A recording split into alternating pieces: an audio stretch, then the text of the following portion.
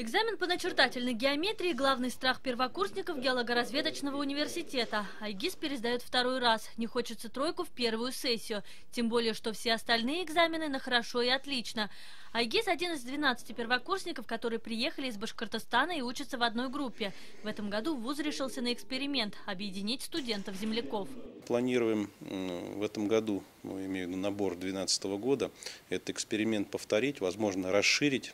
Среди студентов много ребят из районов республики, в том числе отдаленных от Уфы – Хайбулинского, Баймакского, Абзелиловского. Именно там ведется разработка месторождений. А значит, после окончания вуза сложности с поиском работы им не грозят. Рассказать о том, что высшее образование в Москве или Санкт-Петербурге доступно даже выпускникам из глубинки – главная цель столичной ассоциации студентов и аспирантов-выходцев из Башкортостана. Только в этот вуз с их помощью поступило около 60 человек. Многие ребята поступили, как я. После 11 класса они поехали в Уфу, там все нам рассказали, все объяснили.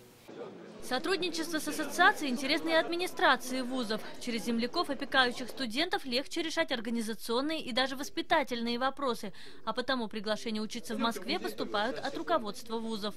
Мы ждем ваших студентов с удовольствием. Мы направили в адрес главы Республики Башкирии наше письмо, где мы предлагаем и целевые места.